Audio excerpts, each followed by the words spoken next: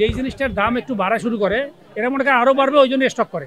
আর বেতনভোগ যারা, তাদের তো নির্দিষ্ট আয়। এখন ঘটনা হলো যে সরকারের সীমাবদ্ধতাও তো আছে, এটাও কিন্তু সিন্ডিকেশনের একটা অংশ।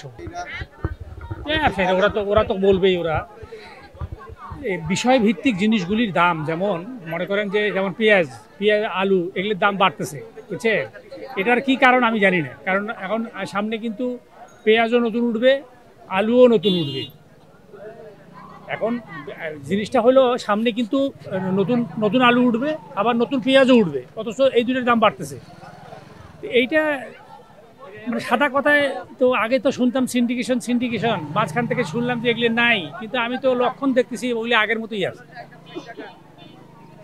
কারণ এটা কিন্তু যুক্তিহীন। কিন্তু ওই যে উনি যেটা কথা বললেন যে পেঁয়াজের দাম বাড়তেছে, মানুষ 10 কেজি করে কিনতেছে, ওই জন্য।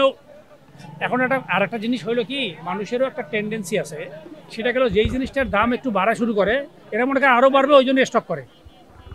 মনে করেন আমার কথাই ধরেন, আমি হয়তো নর্মালি 2-3 কেজি করে পেঁয়াজ কিনি, অথচ যদি দেখি যে দাম বাড়তেছে, হয়তো 5 কেজি কিনে বাসায় রাখলাম। আলটিমেটলি কী হলো, আমার মতো যদি আরও 10 জন করে, তাহলে কিন্তু স্টক হয়ে গেল বাসায়।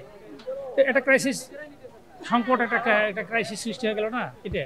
কিন্তু এমনিতে নর্মালি পেঁয়াজ আর আলুর দাম বাড়ানোর কোনো কারণ নেই, কারণ এটা সামনে কিন্তু এটা নতুন নতুন সিজন। আলুও নতুন বের হবে, পেঁয়াজও নতুন বের হবে।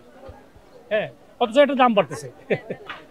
এইটার পিছনে কারণ একটা তো হয় যে ওই আন্তর্জাতিক ব্যাপারটা যেটা থাকে, হয়তো দেখা যায় যে এটাও কিন্তু সিন্ডিকেশনের একটা অংশ, বুঝছেন? যারা বিদেশের ব্যবসাগুলি হ্যান্ডেল করে, তারাও এই ধরনের টেন্ডেন্সি দেখার সাথে সাথে ওইদিকেও আবার দেখে যে কোনো যদি খোঁজ থাকে ওইটা, হ্যাঁ, যে না হয়তো ওই দেশ ওই প্রোডাক্টটার উপরে হয়তো ইয়ে করবে, তো ওরাও তখন হাত টান করে সাপ্লাই কমায় দেয়। আর বাজারে সাপ্লাই কমলেই তো স্বাভাবিকভাবে এই জিনিসের দাম বাড়বে।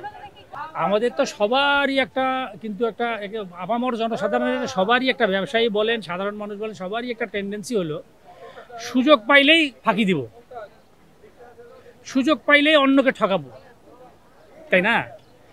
এটার একটা টেন্ডেন্সি তো আছেই। এটা তো আর একদিন আধদিনে চলে যাওয়ার কথা না। আর যে সিস্টেমটা একটা ধীরে ধীরে গড়ে ওঠে, সেটাই তো আর রাতারাতি পরিবর্তন হওয়ার। হ্যাঁ, কারণ মানুষ তো এরকম না যে আমি তওবা করলাম কালকে থেকে আর কোনো অন্যায় করব না। হ্যাঁ, ব্যাপারটা তো এরকম হয় না আসলে। ব্যবসায়ীদের টেন্ডেন্সি বা ইয়েটা, আর সবাই তো মনে করেন যে মুনাফাখোর তো সবাই, ব্যবসায়ী মানে তো সাধারণ যারা বেতনভোগ, হ্যাঁ, তাদের তো আমরা তো শুনি যে 8% ইনফ্লেশন হয়েছে অমুক, কিন্তু কিছু কিছু প্রোডাক্টের ক্ষেত্রে আমরা দেখি যে 30-40% ইনফ্লেশন হয়েছে, বুঝছেন? এখন এটার যেগুলি ব্যাপার আছে, এখন ওগুলি যাদের দরকার সেরকম। এখন আর বেতনভোগ যারা, তাদের তো নির্দিষ্ট আয়। এখন তাদের যদি বাড়তি কোনো আমাদের দেশে তো আবার বাড়তি ইনকাম আছে, যাদের বাড়তি ইনকাম নাই তাদের তো ওই বেতনের উপরেই থাকতে হয়। এখন ঘটনা হলো যে সরকারের সীমাবদ্ধতাও তো আছে, তাই না? সরকারের সীমাবদ্ধতা, এখন সীমাবদ্ধতার মাঝখানে যতটুকু করা যায় ততটুকু করতে হবে।